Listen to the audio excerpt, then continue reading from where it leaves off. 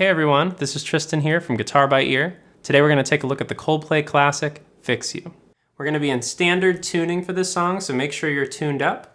To play along with the studio version, we would have to tune our guitars one half step down. So that means the E string would go down to a D sharp, the A down to a G sharp, the D down to a C sharp, the G down to an F sharp, the B down to an A sharp, and the high E down to a D sharp as well.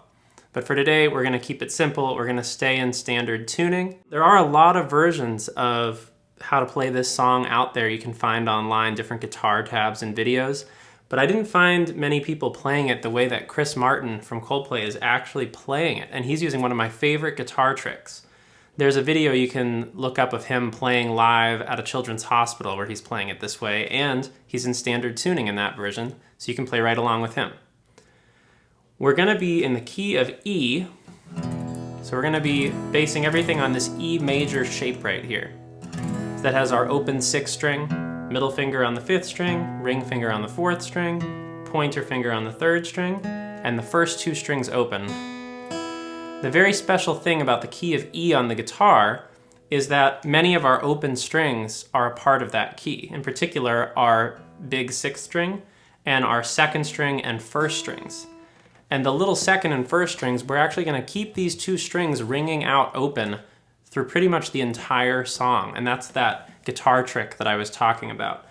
So we'll start with an E major chord. And then our bass line is going to move across the big string, across string 6. I always recommend to my students to try figuring out the bass line by ear first.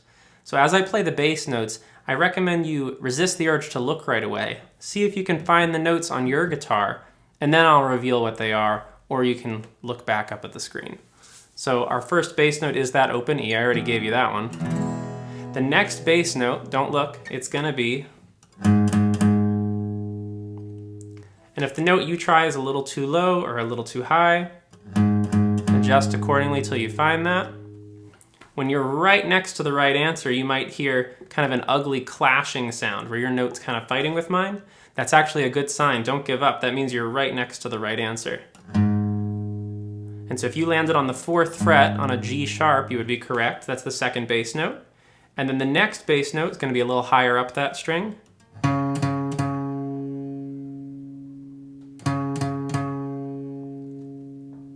All right. If you landed on the 9th fret on a C sharp, you'd be correct. And the last bass note for this section is going to be... Listen to how close that was to the previous note. Just a little bit lower, right? So if you landed on the 7th fret on B, you'd be correct. So there's our bass line. We've got E, and we switch to G sharp, switch to C sharp, switch to B, and then we would start back over. So that's 2 beats on each of those bass notes. Now let's put the chords onto that. Our first chord with that E bass note, there's our E major shape. The second chord on the G sharp, that's our 3 chord, that's going to be minor. Now the minor shape that Chris Martin uses is a little bit tricky. He uses his thumb actually and puts it on the bass string, and then he uses his ring and pinky and pointer fingers to complete the minor shape, and then leaves the first 2 strings open. But for many people, grabbing that note with the thumb is a little bit uncomfortable, me included actually. What I do is I put my pointer finger on that bass note, use the ring and pinky to finish off this power chord, and my middle finger just slides to the left to make it minor. Don't worry though, if this is a little too stretchy for you, I have another option that's even more comfortable. So that's the way I like to play it, and I use the same shape for the C sharp minor, which is the next chord as well. If that's a little too stretchy for your fingers right now though, the other option is you could put your middle finger on the bass note for the minor chords. So on the G sharp, you could use your middle finger. You could skip string 5, and we're just gonna let string 5 actually be muted by our middle finger. And then we could put our ring finger on the 4th string and our pinky on the 3rd string. And then we're going to leave the first 2 strings open. It's just about the same chord. We're leaving out one of the notes, and we're actually including a 7 on this as well. So this is like a G sharp minor 7 with those extra 2 open strings on top. Then you can use this same shape to slide up to the 9th position, 9th fret, and we get the C sharp minor with the 7 in there. Now, the B chord is the next bass note. That's going to be major.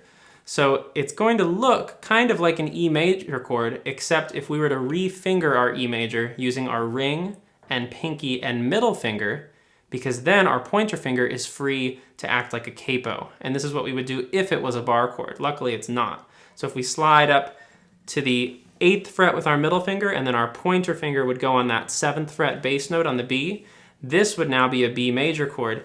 To make it a regular B major chord, we would have to bar our first finger all the way across all 6 strings, which is not as hard as it sounds actually. There's some techniques in that we can go over another time to make that a little more comfortable for you if you're new with bar chords. But in this case, we're actually not going to bar the first finger. We're going to just use the tip of our first finger on string 6, and we're going to leave the small second and first strings open. And this is one of my favorite sounds in the song. This B chord actually has a note on the first string that's clashing with the note that's on the 3rd string. This is called a B add 11. And then we would jump back to our E major chords. We get E major, G sharp minor, or you can do it with the middle finger and the ring and pinky, right? Middle, skip a string, ring and pinky. And then we slide up, C sharp minor, and then B add 11, back to E major.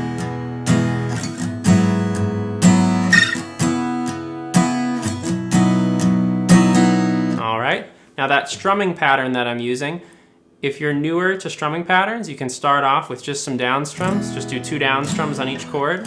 That's gonna work perfectly. Otherwise, you can do what I'm doing. What I'm doing is I'm going down, bass, down, down, up. So I'm strumming all 6 strings on the first down strum. Then I'm just hitting the bass strings, strings 6 and 5 basically. So it's 1, 2, then I'm strumming all the strings again, 3, and then I'm doing a down up for 4 and. And that last up strum is kind of while my hand is transitioning to the next chord. So it ends up being a little bit muted as my hand is in transition.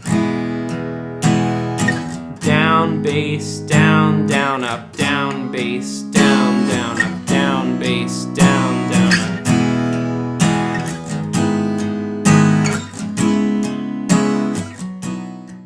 Now for the chorus of Fix You, we're going to have one new chord to throw in the equation, and it's going to be the 4 chord in the key of E. So A is going to be our 4 major chord. I didn't make you find that one by ear.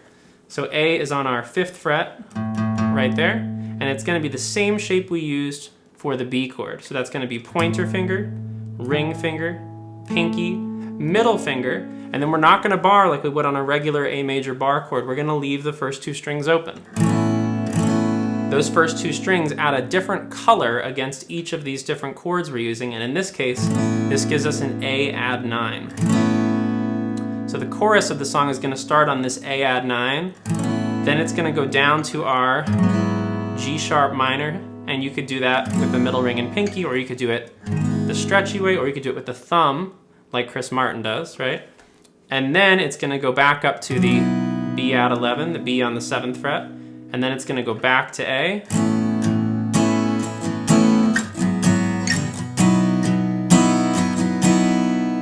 The rhythm of that is going to be 1 and 2 and 3 and 4 and 1, 2, 3, 4. So that means that the A chord lasts for 3 beats. The G sharp minor is very quick. It just lasts for 1 beat on that 4th beat of that measure. And then we're jumping right back to that B add 11. Jumping between the G sharp minor and the B add 11 is so important and so quick that might be a spot you have to iron out on your own by playing the G sharp minor, going to the B add 11, back and forth. I call that ironing out the kinks or ironing out the trouble spots in the song.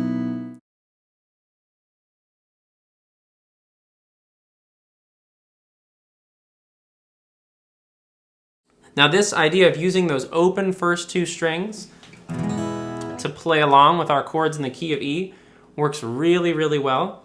And we can do it for the other chords in the key that didn't show up in this song too. So we would have E major, then if we go to our 2nd fret, we have F sharp minor. You could use your middle ring and pinky for that if you want. On the 4th fret, we have G sharp minor. That one was in the song. We get A major as our 4 chord, B major as our 5 chord, C sharp minor as our 6 chord, and then the 7th chord in a major key is usually diminished, but in this case we can actually get away with using a D sharp minor kind of shape with those open first 2 strings. That will work in this case. And then we can actually play the E major chord way up here as well. Just remember to keep the 5th string muted the whole time. There's some other fun stuff we can do with borrowed chords. So we could also use the chords from the key of E minor with those first 2 open strings as well. And some of those play really well with the chords from the key of E major. So for example, one of my favorite borrowed chords is the 4 minor chord. So even though in the key of E, the A chord is normally major, we can borrow an A minor chord from the key of E minor, where the 4 chord actually would be A minor. That would sound like this. And this voicing is great, using that middle ring and pinky and then having that kind of clash there between the 3rd and 2nd string. Creates kind of some sparkle in the chord. Resolves really well down to the G sharp minor. We could also use G major with those open first 2 strings from the key of E minor as well. We could also use the B minor chord. Resolves well down to the A chord.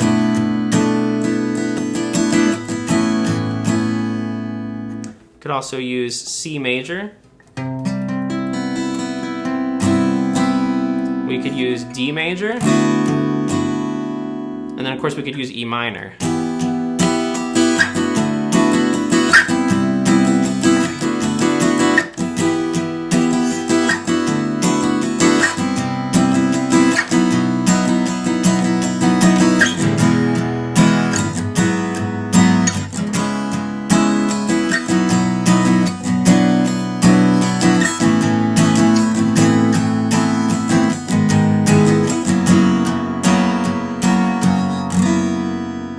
This chord, this is an F sharp 7-11.